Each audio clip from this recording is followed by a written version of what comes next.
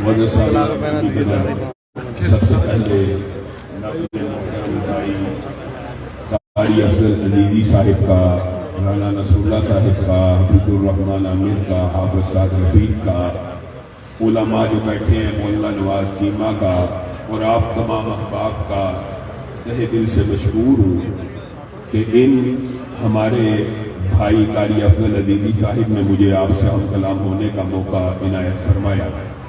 طبیعت کی خرابی کی وجہ سے اور صبح ایک یونیورسٹی میں پروگرام کی وجہ سے قاری صاحب سے درخواست کی تھی کہ میری گفتگو جلد کروا دی جائے۔ قاری صاحب نے درخواست کو قبول کیا، لیکن گفتگو کرنے سے پہلے آپ سے ایک وعدہ لینا چاہتا ہوں۔ آپ سب ساتھیوں نے میری گفتگو کے بعد دیگر علماء کی گفتگو بھی سننی ہے، وعدہ کرتے ہیں انشاءاللہ۔ معزز سامعین گرامی قدر، صحابہ کے ایمان کے حوالے سے آپ کے سامنے ایک آیت کو رکھا ہے، فَإِنْ آمَنُوا بِمِثْلِ مَا آمَنْتُمْ بِهِ فَقَدِ اهْتَدَوْا۔ جب تک آپ کا ایمان صحابہ کے ایمان جیسا نہ ہو، آپ ہدایت پہ نہیں ہو سکتے۔ اولئک هم الراشدون مفلحون متقون، یہ تمام کی تمام صفتیں آپ صحابہ کے بارے میں علماء سے سنتے ہیں کہ قرآن پاک میں ان کے بارے میں یہ کہا گیا، یہ کہا گیا، یہ کہا گیا۔ قرآن پاک کی ایک آیت جو جہالوی اور جہلمی کے سارے فلسفوں کو زمین بوس کر دیتی ہے، چاہے مہاجر صحابہ ہو، چاہے انصار ہو، چاہے فتح مکہ سے پہلے کے ہو، چاہے فتح مکہ کے بعد کے ہو، وَكُلًّا وَعَدَ اللَّهُ الْحُسْنَى وَكُلًّا وَعَدَ اللَّهُ الْحُسْنَى۔ صحابی رسول ہو، اس کے ساتھ اللہ کا وعدہ ہے کہ اللہ تعالیٰ اسے جنت میں براہ راست بغیر عذاب کے داخل فرما دیں گے۔ آپ مجھے ایک بات بتلائیے کہ رسول اللہ صلی اللہ علیہ وسلم کی صحابیت کا شرف کس قدر بلند ہوگا کہ ان میں سے کسی ایک نے اگر صرف ایک سیکنڈ، مثالاً سمجھا رہا ہوں، ایک سیکنڈ نبی کی مصاحبت میں گزارا حالت ایمان میں، تو رسول اللہ صلی اللہ علیہ وسلم کی اس موضوع کے اوپر جتنی احادیث ہیں ان کی آپ ان کا مفہوم اگر بیان کرنا چاہیں تو وہ یہ ہے کہ ایک لمحہ بھی جس نے رسول اللہ صلی اللہ علیہ وسلم کے ساتھ گزارا حالت ایمان میں، جس آنکھ نے رسول اللہ صلی اللہ علیہ وسلم کا دیدار کر لیا حالت ایمان میں، اس آنکھ کے اوپر اللہ رب العزت نے جہنم کی آگ کو حرام کر دیا۔ یہ کتنا بڑا شرف ہے، یہ کتنی بڑی فضیلت ہے، لیکن حدیث کے اگلے ٹکڑوں کی طرف آپ نے غور نہیں کیا۔ چلو یہ تو وہ تھے کہ جن کی آنکھوں نے رسول اللہ کو چوما، جن کی نظروں نے رسول اللہ کے رخساروں کا، رسول اللہ کے چہرے کا بوسہ لیا، ان آنکھوں کے اوپر تو جہنم کی آگ حرام ہو گئی، لیکن اگلے ٹکڑوں پہ آپ نے غور نہیں کیا۔ یہ آنکھیں اتنی مبارک ہے، اتنی مقدس ہے کہ ان آنکھوں کا جن آنکھوں نے دیدار کر لیا، ان آنکھوں کے اوپر بھی جہنم کی آگ کو حرام کر دیا گیا۔ یعنی صحابہ کی آنکھوں کا دیدار کرنے والے، صحابہ کے چہروں کا دیدار کرنے والے، ان کے اوپر بھی جہنم کی آگ کو حرام کر دیا گیا۔ کس وجہ سے؟ یہ صحابیت کا اثر ہے جو منتقل ہو رہا ہے۔ میرے بھائیوں، ہم کہاں، ہماری حیثیت کیا ہے، ہماری اوقات کیا ہے؟ وہ صحابہ کا ایک سٹیٹس ہے۔ بعض لوگ آپ کو مغالطہ ڈالتے ہیں، فتح مکہ سے پہلے ایسے تھا، فتح مکہ کے بعد کے صحابیوں کا یہ درجہ ہے۔ کوئی بھی صحابی ہو، ایک حدیث اگر سمجھ آ جائے، رسول اللہ صلی اللہ علیہ وسلم نے فرمایا میرا کوئی صحابی، اس سے مراد یہ نہیں ہے کہ بدری ہو، احد سے پہلے ہو، فتح مکہ سے پہلے ہو، فتح مکہ کے بعد ہو، میرا کوئی بھی صحابی، یعنی جس نے صرف ایک سیکنڈ، ایک لمحہ یا ایک مرتبہ رسول اللہ کا دیدار کیا، چاہے حجۃ الوداع کے موقع پہ کیا، چاہے ایک مرتبہ کیا، اس کے بعد وہ کبھی چاہے رسول اللہ کی بارگاہ میں حاضر نہ ہوا۔ حدیث کے الفاظ ہیں، رسول اللہ صلی اللہ علیہ وسلم نے کہا تم میرے صحابہ کے بارے میں، یہ حدیثیں بھی متعدد ہیں، علماء نے آپ کے سامنے رکھی ہیں، کہ جو صحابی رسول کو برا کہ اس کے اوپر فرشتوں کی رسولوں کی لعنت ہوتی ہے. رسول اللہ یہ مقام و مرتبہ آپ کو ایک اور انداز میں سمجھا رہے ہیں کہ میرے صحابی کے ساتھ موازنہ، میرے صحابی کے ساتھ مقابلہ کبھی سوچنا بھی نہ. کیا مثال دی، کتنی خوبصورت مثال ہے. اللہ کرے آپ کے دل میں یہ بات اتر جائے اور جو گمراہی کے اوپر چلنے والے لوگ ہیں اللہ ان کو ہدایت دے دے. رسول اللہ صلی اللہ علیہ وسلم نے فرمایا تم میں سے، یعنی میرے صحابہ کے بعد آنے والوں میں سے کوئی شخص کھڑا ہو، وہ کیا کرے؟ سونے اور چاندی کے پہاڑ اللہ کی بارگاہ میں خرچ کرے. پھر ایک کھڑا ہو وہ ہیرے جواہرات کے کر دے، پھر ایک کھڑا ہو کرنسی کے کر دے، پھر ایک کھڑا ہو درہم و دینار کے کر دے. کتنے کتنے پہاڑ. احد پہاڑ 9 کلومیٹر لمبا چوڑا ایک آدمی اٹھا خلوص نیت سے. اتنا زیادہ سونا، آپ بتائیے احد پہاڑ جتنا سونا ہو، پوری دنیا کی شاید مساجد اس خرچے سے چل جائے، پوری دنیا کے مدارس چل جائے، وہ اللہ کی راہ میں خلوص نیت سے خرچ کرے. رسول اللہ آپ کو سمجھا رہے ہیں، لیکن آپ کے اور میرے عقل میں جہلی اور جہالگی کے مغالطے تو آ جاتے ہیں. یہ حدیث نہیں آتی. رسول اللہ صلی اللہ علیہ وسلم نے فرمایا احد پہاڑ جتنا سونا چاندی کیوں نہ ہو، مفہوم ہیرے جواہرات کیوں نہ ہو، کرنسی کیوں نہ ہو، درہم و دینار کیوں نہ ہو، وہ بندہ اجر و ثواب میں میرے کسی ایک صحابی کے آدھ ہاتھ کے خرچ کیے ہوئے سونے کے برابر، چاندی کے برابر، کرنسی کے برابر نہیں، میرے کسی بھی صحابی کے آدھ ہاتھ خرچ کیے گئے جو کے برابر، غلے کے برابر. مراد یہ ہے آٹے کے برابر، چینی چاول کے برابر. ایک بندہ احد پہاڑ جتنا سونا خرچ کرے اور میرا صحابی اگر آدھ ہاتھ غلہ خرچ کرے تو میرے صحابی کو اللہ رب العزت اس سونے کے پہاڑ خرچ کرنے والے سے زیادہ اجر و ثواب عنایت کرتا ہے. بتائیے سونے کا پہاڑ خرچ کرنے والا صحابی کے ایک آدھ ہاتھ آدھ مد کا غلہ جو ہے اس کا بھی مقابلہ نہیں کر سکتا. اور یہاں سے کوئی اٹھے سیدنا امیر معاویہ کے اوپر ہردا سرائی کرنا شروع کر دے، وہ جہلم کا مرزا اللہ کے فضل و کرم سے آپ لوگوں کے ساتھ کی وجہ سے اس کے اوپر مقدمہ درج ہے، تحقیق ہو رہی ہے، ایف آئی اے میں کیس لگا ہے. انشاءاللہ اس کو سزا دلوا کے چھوڑیں گے انشاءاللہ. جو اس نے توہین کی ہے، جو سیدنا معاویہ کے بارے میں ہردا سرائی کرتا ہے، آپ مجھے ایک بات بتلائیے. ہائے امام ابن تیمیہ کس وقت یاد ہے، ان کا عجیب و غریب قول ہے. انہوں نے کہا رافضی اور ان کے جو گماشتے ہیں یہ یہودیوں اور عیسائیوں سے بدتر ہے. وجہ یہودیوں عیسائیوں سے بدتر کیسے ہو سکتا ہے؟ ابن تیمیہ نے کہا اس لیے ہو سکتا ہے، اس لیے ہے کہ یہودیوں میں سے بھی کسی یہودی کو یہ جرأت نہ ہوگی کہ موسیٰ کے ساتھیوں کو برا کہہ سکے. عیسائیوں میں سے کسی عیسائی نے یہ گناہ نہیں کیا، یہ حرکت بد نہیں کی کہ عیسیٰ کے کسی ساتھی کو برا کہہ سکے. اور امت کے اندر ایک گروہ پیدا ہو گیا، رسول اللہ صلی اللہ علیہ وسلم کے دو سسر بھی برے، رسول اللہ کے داماد بھی برے، رسول اللہ کی بیویاں بھی بری، رسول اللہ کے رشتہ دار بھی برے. یہ کس قسم کا عقیدہ ہے؟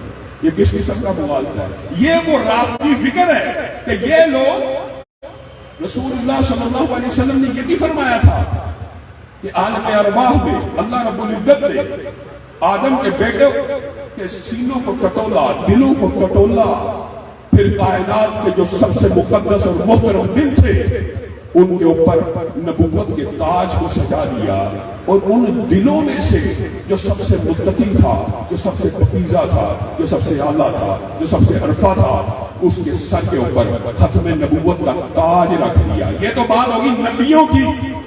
اس کے بعد اولاد آدم میں سے ہر دل کو ٹٹولا گیا.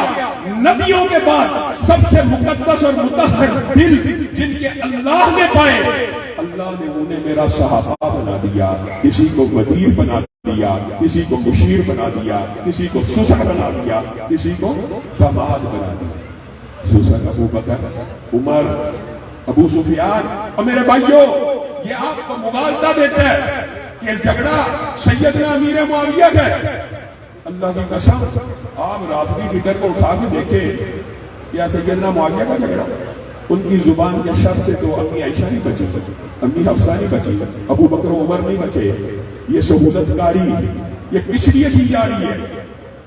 قرآن پاک کا ایک اسلوب آپ کے سامنے رکھوں گا اور سیدنا امیر معاویہ کے حوالے سے چند باتیں کر کے اپنی بات کو آگے بڑھاؤں گا. قرآن پاک میں اللہ رب العزت کی ایک سنت ذکر ہے. وہ سنت آپ نے اللہ کی سنت کس حوالے سے ہے؟ آپ نے قرآن پاک کے اندر پورا قرآن پاک اٹھائیں. اللہ تعالیٰ نے مخلوقات میں سے رسول اللہ کے دفاع میں آیتیں نازل کی ہیں، لیکن امتیوں میں سے کسی امتی کا اس طرح دفاع اللہ نے نہیں کیا جس طرح صحابہ کا کیا. وَإِذَا قِيلَ لَهُمْ آمِنُوا كَمَا آمَنَ النَّاسُ قَالُوا أَنُؤْمِنُ كَمَا آمَنَ السُّفَهَاءُ أَلَا إِنَّهُمْ هُمُ السُّفَهَاءُ. بتائیے اللہ کی یہ سنت ہے، کوئی شخص صحابی کے بارے میں کوئی لفظ کہے اس کے اوپر پلٹا دیے جائے. انہوں نے صحابہ کو کہا یہ معاذ اللہ سفہاء، اللہ نے کیا کہا؟ الا انہم ہم السفہاء. صحابی سفہاء نہیں ہے، صحابی کو سفہاء کہنے والے تم سفہاء. جو لفظ صحابی کے بارے میں کہا گیا اللہ نے اسی کو پلٹایا اور ایک جگہ پہ نہیں ہے. وَإِذَا لَقُوا الَّذِينَ آمَنُوا قَالُوا آمَنَّا وَإِذَا خَلَوْا إِلَىٰ شَيَاطِينِهِمْ قَالُوا إِنَّا مَعَكُمْ إِنَّمَا نَحْنُ مُسْتَهْزِئُونَ. اللہ یستہزئ بہم. اللہ کی غیرت صحابہ کے بارے میں یہ ہے، اگر کوئی یہ کہے گا میں صحابہ کا ٹھٹا اڑاتا ہوں، اللہ کہے گا تو صحابہ کا ٹھٹا نہیں اڑاتا، میں اللہ تیرا ٹھٹا اڑاتا ہوں. آپ نے یہ سنت زندہ کرنی ہے. کوئی صحابی کو برا کہے آپ نے کہنا تو دنیا کا سب سے بڑا برا. کوئی صحابی کو بے ایمان کہے تو دنیا کا سب سے بڑا بے ایمان. عام فہم بات ہے، عام فہم، لاجیکلی، عقلی، منطقی حدیث رسول سے استدلال ہے. رسول اللہ نے فرمایا تھا کہ نہیں اگر کوئی مسلمان دوسرے مسلمان کو کہ بے ایمان ہے، کافر ہے، لعنت کے بارے میں بھی حدیث ہے. اگر کوئی کسی کو کہ تو بے ایمان ہے، بے ایمان ہے، تو کافر ہے، تو اگر وہ نہ ہو تو بندہ کہنے والا کافر ہو جاتا ہے. یہ حدیث صحیح ہے. اگر ایک مسلمان کو بے ایمان کہہ دینے سے، ایک مسلمان کو کافر کہہ دینے سے اگر تیرا الزام جھوٹا ہے تو تو کافر ہو جاتا ہے. جن کے بارے میں اللہ رضی اللہ کی سند اتارے، وَكُلًّا وَعَدَ اللَّهُ الْحُسْنَىٰ کی سند اتارے، اس کے بارے میں تم یہ کہیں کہ جہنم کی طرف بلانے والا تھا، یہ بے ایمان تھا. یا رسول اللہ صلی اللہ علیہ وسلم دنیا سے چلے گئے، سارے بے ایمان ہو گئے، 4 باقی رہ گئے. یہ عقیدہ اختیار کرنے والا کیا اس کو نہیں کہا جائے گا کہ صحابہ بے ایمان نہیں ہے، تو بے ایمان ہے؟ سیدنا معاویہ جہنم کی طرف بلانے والے نہیں، مرزا جہنمی تو جہنم کی طرف بلانے والا. یہ اللہ کی سنت ہے اور کس قدر باطل استدلال ہے. رسول اللہ صلی اللہ علیہ وسلم نے کہا یہ میرا بیٹا حسن سردار ہے، یہ میرا بیٹا حسن سردار ہے. اس کے جھوٹے فلسفے من گڑت تشریحات کا رد بھی آپ یاد کیا کریں. رسول اللہ نے کہا یہ میرا بیٹا حسن سردار ہے. کیوں سردار ہے؟ کیوں سردار ہے؟ یہ میرا بیٹا ان قریب اس حدیث کے الفاظ کے اوپر آپ غور کریں تو مرزا جہنمی کا وہ سارا پروپیگنڈا اور مغالطہ زمین بوس ہو جائے گا. ان قریب فئتین عظیمتین من المسلمین، فئتین عظیمتین من المسلمین. یہ میرا بیٹا صلح کروائے گا فئتین، 2 گروہوں میں، عظیمتین. رسول اللہ جن گروہوں کو عظیم کہہ رہے ہیں اور اس کا کہہ رہے ہیں من المسلمین، مسلمانوں کے 2 عظیم گروہوں کے مابین یہ صلح کروائے گا. یہ اس لیے میرا بیٹا سردار ہے، سید ہے. صلح کس طرح ہوئی؟ صلح کا سارا واقعہ آپ کے سامنے ہے. حضرت حسن نے سیدنا امیر معاویہ کے ہاتھ کے اوپر اپنے ہاتھ کو رکھ کے ان کو متفقہ اجماعی واحد خلیفۃ المسلمین مان لیا. سیدنا حسن نے ان کو بڑا مان لیا، ان کو خلیفہ مان لیا جو جہنم کی طرف بلانے والے تھے، جو گروہ جہنم کی طرف بلانے والا تھا. فیہ باغیہ کی تشریح میں حدیث پیش کرتا ہے اور جہالت مرکب ہے، اپنی من چاہی تشریح پوری امت کو پتہ ہے جہنم کی طرف بلانے والا گروہ کون سا تھا؟ خارجیوں کا گروہ تھا، خارجیوں کا گروہ جہنم کی طرف بلانے والا تھا۔ اور آپ کو ایک عجیب بات بتاؤں ضمنی طور پہ، پھر میں بات کو آگے بڑھاؤں گا۔ آپ مجھے بتائیے، حضرت زبیر عشرہ مبشرہ میں سے حواری رسول، حضرت طلحہ عشرہ مبشرہ اور رسول اللہ صلی اللہ علیہ وسلم سے جنت کی بشارت دینے والے، طلحہ اور زبیر شہید ہوئے۔ جو عشرہ مبشرہ کیا لقب پانے والے ہیں وہ شہید ہوئے کس کے لشکر کی طرف سے؟ میں صرف الزامی ایک بات کر رہا ہوں، کس کے لشکر کی طرف سے؟ سیدنا علی کے لشکر کی طرف سے۔ حتیٰ کہ وہ قاتل سیدنا زبیر کا جب سر مبارک لے کے حضرت علی کے پاس آیا تو حضرت علی نے اس کو داد نہیں دی، کیا کہا تھا؟ زبیر کے قاتل، تجھے جہنم کی بشارت ہو، کیونکہ میں نے رسول اللہ سے سنا تھا ہر نبی کا ایک حواری ہوتا ہے اور میرا حواری زبیر ہے۔ اگر سیدنا علی کے لشکری نے سیدنا زبیر کو شہید کر دیا تو اس کا الزام حضرت علی پہ آئے گا۔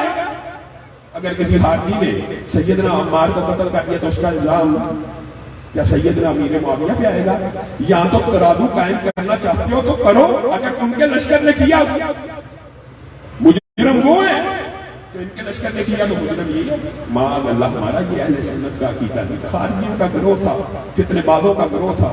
اور سیدنا امیر معاویہ، ان کے ذاتی فضائل رسول اللہ صلی اللہ علیہ وسلم سے ثابت ہے۔ رسول اللہ صلی اللہ علیہ وسلم نے فرمایا اللہم اجعلہ ہادیا ومہدیا واہدی بہ۔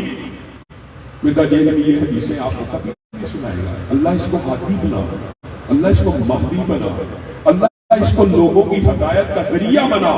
اسی لیے صحابہ اور اکابرین اور تابعین یہ کہتے تھے اللہ کی قسم اگر تم معاویہ کو دیکھ لیتے تھے تو کہتے یہی مہدی ہے۔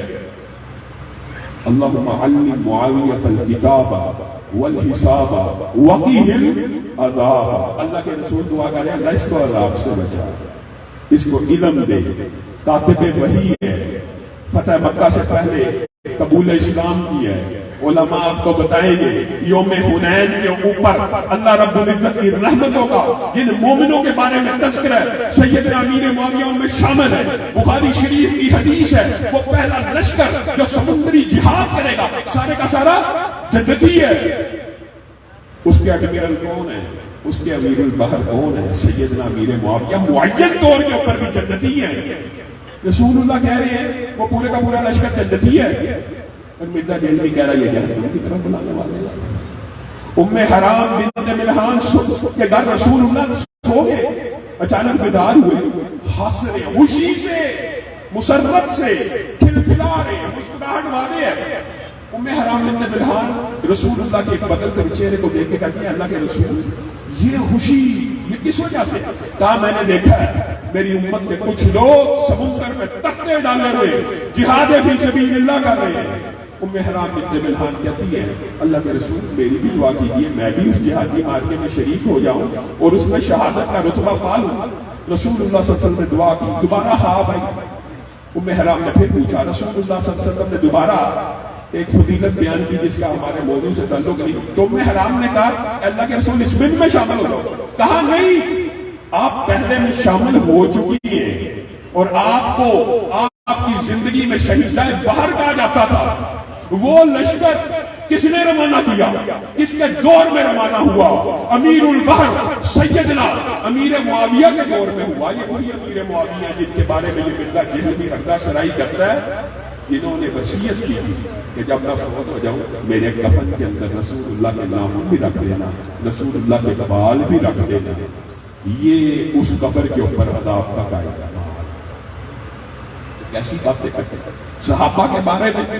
انسان کو اپنی زبان کو لگام دینی چاہیے۔ کچھ باتیں باقی علماء آپ سے باتیں کریں گے، لیکن کچھ بات میں اسلامی نظام کے حوالے سے اور تحریک کے حوالے سے بھی کرنا چاہتا ہوں۔ میرے بھائیوں، ایک نظام وہ ہے جو انسان نے بنایا، سیکولرزم، کمیونزم، اشتراکیت، مختلف سرمایہ دارانہ نظام آج کل جتنا بھی ہے، الہادی نظام، انسان نظام کیوں بناتا ہے؟ انسان نظام بناتا ہے انسانوں کی سہولتوں کے لیے، اپنی عقل لڑاتا ہے، اپنا فکر لڑاتا ہے، اپنا غور فکر کر کے یہ کہتا ہے کہ انسانوں کے اوپر یہ نظام لاگو کر دیا جائے تو بہتری آ جائے گی، معاشرے میں امن آ جائے گا، معاشرے میں سکون آ جائے گا، معاشرے میں معیشت بہتر ہو جائے گی۔ یہ نظام کس نے بنایا؟ مخلوق نے۔ ہم سب جو ایتھیسٹ ہوتا ہے نا، ملحد بے ایمان، جو اللہ کے اوپر ایمان نہیں رکھتا، وہ بھی اس بات کا اقرار کرتا ہے میں مخلوق ہوں، وہ بھی کہتا ہے میں مخلوق ہوں، خالق نہیں ہے۔ وہ اگرچہ رب کا ان تصورات میں انکار کرتا ہے، لیکن پوری دنیا کے اندر دو باتیں متفق ہیں، ایک موت کا انکار ملحد بھی نہیں کر سکتا، ایک مخلوق ہونے کا انکار ملحد بھی نہیں کر سکتا۔ ہم تو اللہ کے فضل سے کیا ہیں؟ مسلمان۔ لیکن آپ اور میں مسلمان ہونے کے باوجود جس نظریے کے اوپر کھڑے ہیں ان سے ڈرنا چاہیے۔ ہم صحابہ کے بارے میں تو دفاع کر رہے ہیں، ہم رسول اللہ کے ساتھی ہونے کی وجہ سے ان کا دفاع کر رہے ہیں، لیکن ہماری عقلوں پہ ایسا پردہ ہے، ہمارے دماغ میں یہ بات نہیں آتی کہ اللہ خالق ہے، خالق نے جو مخلوق کے لیے نظام بنایا اس سے بہتر مخلوق نہیں بنا سکتے۔ اللہ خالق ہے، ہم مخلوق ہیں، اللہ جو نظام دے گا اس نظام سے بہتر کوئی نظام ہو سکتا ہے؟ ہو سکتا ہے جی وہ اسلام تو جی پرانا سسٹم ہے جی، 1400 سال پہلے کا نظام ہے جی، اس وقت کمپیٹیبل تھا، اس وقت مطابقت رکھتا تھا۔ اب اشتراکیت ہونی چاہیے، اب کیمرلزم ہونا چاہیے، اب سیکولرزم ہونا چاہیے، اب سرمایہ دارانہ نظام ہونا چاہیے۔ یہ مغالطہ اپنے ذہن سے نکال دیجئے۔ آپ کو بعین اسی طرح گمراہ کیا جا رہا ہے جس طرح یورپ کے اندر سے ریاست میں سے دین کو دیش نکالا دیا گیا، دین اور ریاست کو الگ کیا گیا۔ آج کا سرمایہ دارانہ نظام، آج کا سیاسی نظام آپ سے اسی بات کا مطالبہ کر رہا ہے۔ مولوی مسجد کے ممبر کے اوپر بیٹھ کے سیاسی گفتگو کیوں کرتا ہے؟ مولوی مسجد کے ممبر کے اوپر بیٹھ کے سیاسی گفتگو کیوں کرتا ہے؟ سیاسی گفتگو کس کو کرنی چاہیے؟ چور کو کرنی چاہیے، لٹیرے کو کرنی چاہیے، جگیردار اور وڈیروں کو کرنی چاہیے۔ اور رسول اللہ صلی اللہ علیہ وسلم نے فرمایا تھا بنی اسرائیل میں سیاسی لیڈر بھی ان کے نبی ہوا کرتے تھے، ایک نبی جاتا تھا دوسرا آ جاتا تھا، قائد لیڈر بن جاتا تھا۔ میری امت میں نبی نہیں آئے گا، رسول اللہ کی امت میں نبی آ سکتے ہیں؟ نہیں آ سکتے۔ میری امت میں نبی نہیں آئیں گے، لیکن میری امت میں میرے وارث آئیں گے، میری امت میں میرے وارث آئیں گے۔ میری امت میں میرے وارث کون ہوں گے؟ بتائیے، حدیث آپ نے سنی ہوئی ہے، علماء نبی کے وارث ہوں گے، مراد نبی نہیں ہوں گے لیکن نبی کے وارث ہوں گے۔ کس چیز کے وارث ہوں گے جی؟ منبر رسول کے وارث، بس۔ سیاست رسول کے وارث نہیں ہوں گے، ریاست رسول کے وارث نہیں ہوں گے، تخت رسول کے وارث نہیں ہوں گے، معاشرت رسول کے وارث نہیں ہوں گے، معاملات رسول کے وارث نہیں ہوں گے۔ کس کے وارث ہوں گے؟ صرف ممبر رسول کے وارث ہوں گے۔ ممبر رسول پہ تو اور میں متفق ہیں، زانی کھڑا نہ ہو، شرابی کھڑا نہ ہو، اگر کھڑا ہو جائے اس کو ممبر سے اتار دیا جاتا ہے۔ آپ دوبارہ کریں گے کہ ممبر رسول کے اوپر کوئی زانی کھڑا ہو؟ اللہ کا شکر ہے اتنا ایمان باقی ہے، لیکن صرف اتنا ہی باقی ہے۔ تخت رسول کے اوپر، خلافت رسول کے اوپر، ریاست رسول کے اوپر زانی آ جائے، چور آ جائے، گرفت آ جائے، بے ایمان آ جائے، نہ آپ کا ضمیر جاگے گا نہ میرا ضمیر جاگے گا۔ ہم اسلامی نظام کے دعوے دار ہیں، ہم مسلمان ہیں، ہمیں رسول اللہ کی نہ سیاست کی سمجھ آئی نہ نظام کی سمجھ آئی۔ اور میرے بھائیو، یہ نظام ایک صدی کے لیے نہیں آیا، 2 صدیوں کے لیے نہیں آیا، یہ قیامت تک کے لیے ایک کلیہ فارمولہ ہے۔ کیا فارمولہ ہے؟ 1400 سال پہلے آیا، معاشرے میں ڈکیتی ختم، چوری ختم، زنا ختم، حتیٰ کہ آپ حیران رہ جائیں گے اس نظام کا مطالعہ کر کے، سبحان اللہ، کہ آپ کو زنا کے گواہ نہیں مل رہے لیکن مائل اصل نہیں آ رہے ہیں۔ اللہ کے رسول، ایسا نظام آ چکا ہے، مجھے سزا دے دیجیے، اقرار جرم کرتا ہوں۔ شبیبہ اعلان دیا، اقرار جرم از خود آگے کر رہے ہیں، گواہ موجود نہیں ہے۔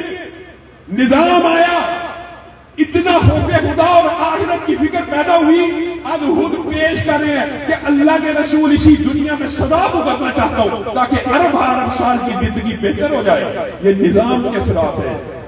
آپ یہ کہتے ہیں یہ نظام اس وقت تھا، یہ بات بھی سب سے بڑی جھوٹ ہے۔ رسول اللہ کے بعد جب تک بھی یہ نظام معاشرے میں رہا، معاشرے سے زنا ختم ہوا، چوری ختم ہوئی، ڈکیتی ختم ہوئی۔ اس کی ایک مثال دے کے بات کی طرف آتا ہوں۔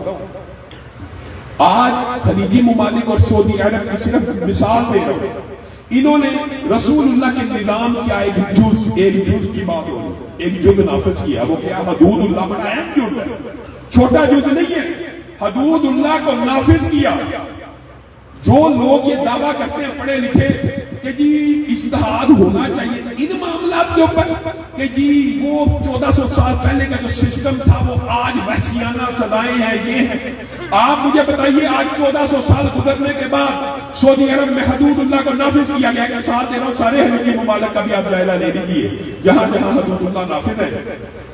آپ اٹھائیے گوگل، آج کل تو کوئی جھوٹ نہیں بول سکتا، آپ سرچ کیجیے سعودی عرب میں پورے ایک سال میں جتنے جرائم ہوتے ہیں ملا کر، چوری ڈکیتی قتل زنا ہر قسم کا جرم ملا کر ایک دن میں سعودی عرب میں جتنے جرم ہوتے ہیں، ایک سال میں سعودی عرب میں جتنے جرم ہوتے ہیں وہ نیو یارک میں ایک دن کے جرائم سے کم ہے۔ آپ سرمایہ دارانہ نظام کس نے بنایا تھا؟ انسانوں نے۔ اس کے ایک دن کے جرائم مد مقابل اسلامی سسٹم کے جرائم کا آج 1400 سال بعد جائزہ لے لیجیے، ایک سال کے جرم کتنے نہیں بنتے جتنے نیو یارک میں ایک دن کے ہیں۔ آپ کو کس نے مغالطہ ڈال دیا کہ مسجد کا مولوی مسجد میں تو آگے کھڑا ہوگا، آگے کھڑا ہوتا ہے کہ پیچھے کھڑا ہوتا ہے؟ عالم دین نابی ہو، قاری ہو، قرآن کو تلاوت کرنے والا ہو، آگے کھڑا ہوتا ہے کہ پیچھے؟ آگے کھڑا ہوتا ہے۔ آپ اور میں اپنے مدارس کے اندر بچوں کو اس لیے بھیجتے ہیں کہ دین کا طالب علم بن جائے گا، رہنما بننے کے لیے، مقتدا بننے کے لیے، پیشوا رہبر بننے کے لیے، لیکن جب وہ دین کا مکمل طالب علم بن جائے گا، باہر نکل کے نعرہ لگائے گا نواز شریف زندہ باد، عمران خان زندہ باد۔ دین کا طالب علم اس لیے بنایا گیا، دین کا طالب علم علماء انبیاء کے جو وارث ہیں، تحت کے وارث نہیں ہے، سیاست کے وارث نہیں ہے، معاشرت اور معاملات کے وارث نہیں ہے۔ کیا علماء کو یہ بات ذہن دیتی ہے کہ نظام مصطفیٰ، نظام اسلام کے مد مقابل آپ کس کے بندے؟ میں نون لیگ کا بندہ، آپ کس کے بندے؟ میں پی ٹی آئی۔ آپ اللہ کے بندے کہاں ہیں؟ اللہ کے نظام کے لیے کھڑے ہونے والے لوگ کہاں ہیں؟ اللہ کی قسم یہ ایک ایسا کلیہ اور فارمولا ہے، ایک فارمولا ہوتا ہے، ایک دفعہ لیبارٹری میں ٹیسٹ کیا گیا، H2O، 2 ہائیڈروجن ایٹم ہو، ایک آکسیجن ایٹم ہو، ہمیشہ کیا بنے گا؟ پانی بنے گا، ہمیشہ۔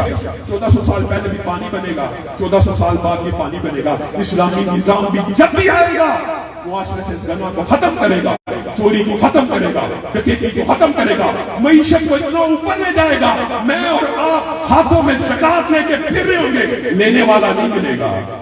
لیکن عقل پہ پردہ سرمایہ دارانہ نظام نے، سیکولر نظام نے آپ کے ووٹوں کو حاصل کرنے کے لیے آپ کے دماغ میں یہ مغالطہ ڈال دیا، مولوی سیاست کوئی کام نہیں، مولوی سیاست نہ کرے، مولوی کا یہ پیراڈائم نہیں ہے، مولوی کا یہ بات نہیں ہے، مولوی عالم اس میں داخل نہ ہو تاکہ ساری زندگی تم جاہلوں کے پیچھے لگے رہو، جاہلوں کے نعرے لگاتے رہو، جاہلوں کو ووٹ دیتے رہو، کب جاگو گے؟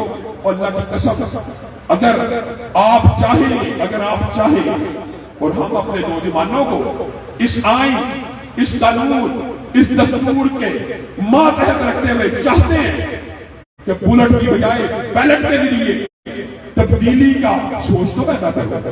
آج ہو سکتا ہے یہ آواز ہماری نکار خانے میں ایک توتی کی کیفیت رکھتی ہو، لیکن سوچ پیدا ہوگی تو ہلکے بنائے جائیں گے، سوچ پیدا ہوگی تو سٹرگل کی جائے گی۔ آج دکھ کا مقام ہے 75 برس پاکستان کو بنے ہوئے بیت گئے، حقیقت میں اسلام پسندوں کی بات کی ہے، دیوبندی بریلوی بھائیوں کی بات الگ ہے۔